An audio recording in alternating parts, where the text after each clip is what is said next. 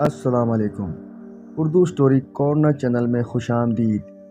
अगर आप चैनल पर नए हैं तो चैनल को सब्सक्राइब करें और बेल आइकन नोटिफिकेशन पर क्लिक कर दें ताकि आने वाली हर कहानी का नोटिफिकेशन आप तक पहुंचता रहे। आज जो वाक़या मैं आपको सुनाने जा रहा हूं, ये किसी का आप बीता वाक़या है और उन्होंने मुझे ये पोस्ट की है, जिनका नाम हफीज़ है। हफीज़ और उनके भाई के साथ ये वाक़या पेश आया था। आए उन्हीं की ज़बानी सुनते हैं। मेरा नाम इमरान है और मैं पाकिस्तान से हूँ। ये जो वाक़या मैं आपको बताने जा रहा हूँ, ये मेरी ज़िंदगी का बहुत ही अहम वाक़या है और ये वाक़या 20 साल पहले मेरे साथ पेश आया था। आज सोचा आप लोगों से शेयर करूँ। एक दिन मैं अपने भाई हफीज़ अहमद के हमरा किसी काम के सिलसिले में कहीं जाना पड़ा और हम अपनी गाड़ी में ही गए थे और अब हम वहाँ से फारिग हो के घर वापस आ रहे थे। रात का वक्त था, सर्दी का मौसम था और अंधेरा बहुत ही ज़्यादा था। सड़क पर कोई दूसरी गाड़ी भी दिखाई नहीं दे रही थी और मुझे रास्ते के बारे में भी कोई ख़ास इल्म नहीं था। मैं और मेरा भाई गाड़ी में बैठे अपना सफ़र तय कर रहे थे। हम लोग काफ़ी थक चुके थे और जल्द से जल्द घर पहुंचना चाहते थे। मैं गाड़ी भी स्पीड से चला रहा था, लेकिन अभी घर पहुंचने में कम से कम 2 घंटे बाकी थे। चलते चलते अचानक मेरी गाड़ी का पिछला टायर पंचर हो गया। अब हम गाड़ी से उतरकर गाड़ी को चेक करने लगे। टायर तो मुकम्मल पंचर हो चुका था और मुझे ये जानकर बहुत ही सदमा लगा कि हमारी गाड़ी का टायर पंचर हो गया है। अब तो हम काफ़ी परेशान थे कि क्या करें। इतनी रात को हम इस सुनसान और वीरानी सड़क पर क्या करें और इतनी रात को हम किसके यहाँ जाएंगे। यहाँ तक कि हम तो यहाँ किसी को जानते तक नहीं। बहुत रात हो चुकी थी। आसपास दूर दूर तक कोई दुकान तो क्या, कोई इंसान या घर भी नज़र नहीं आ रहा था और ऊपर से मौसम भी ख़राब था, जैसा कि बहुत बड़ा तूफ़ान या बारिश होने वाली हो। मैंने ज़िंदगी में कभी खुद को इतना बेबस कभी नहीं पाया जितना उस वक्त महसूस कर रहा था। मेरा भाई हफीज़ भी परेशान था और अब हमारे पास सिर्फ़ एक ही तरीका था, या तो हम धक्का देकर गाड़ी को घर वापस ले जाते, जो कि बज़ाहिर नामुमकिन था। 2 घंटे तक गाड़ी को धक्का हम दे नहीं सकते थे।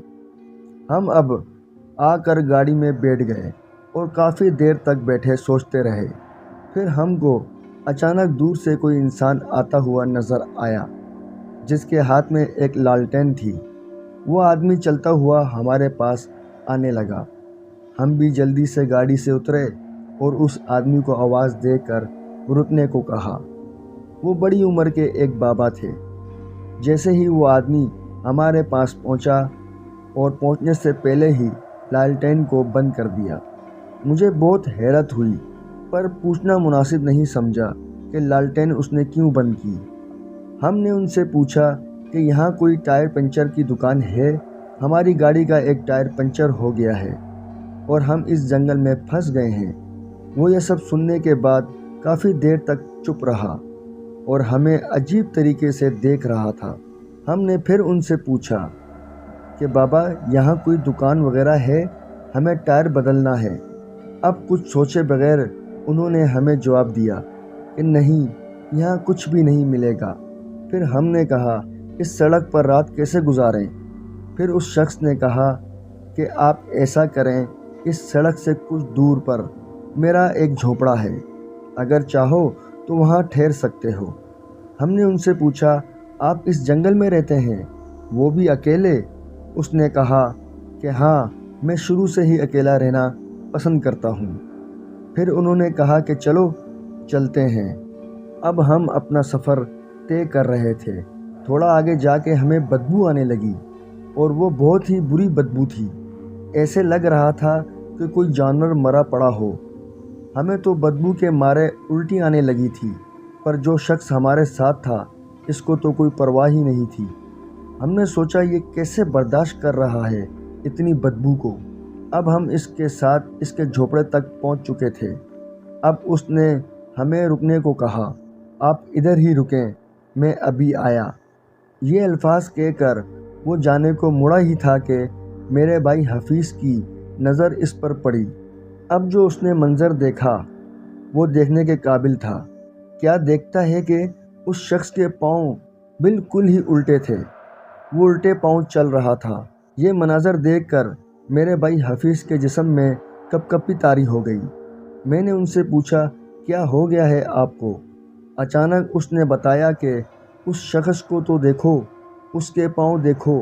میں نے بھی یہ منظر اپنی آنکھوں سے دیکھا، جو کہ بالکل ہی الٹے پاؤں چل رہا تھا، اور ہم دونوں اس کے سارے جسم کو غور سے دیکھ رہے تھے، اور اس کے ہاتھوں کے ناخن لمبے ہوتے جا رہے تھے، اور اس کے دونوں کان بھی بڑے اور بھیانک ہوتے جا رہے تھے۔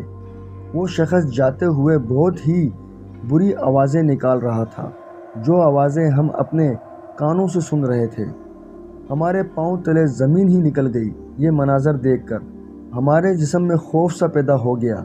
ہمیں کچھ بھی سمجھ نہیں آ رہا تھا، ہم کیا کریں؟ ہم بھاگنے لگے۔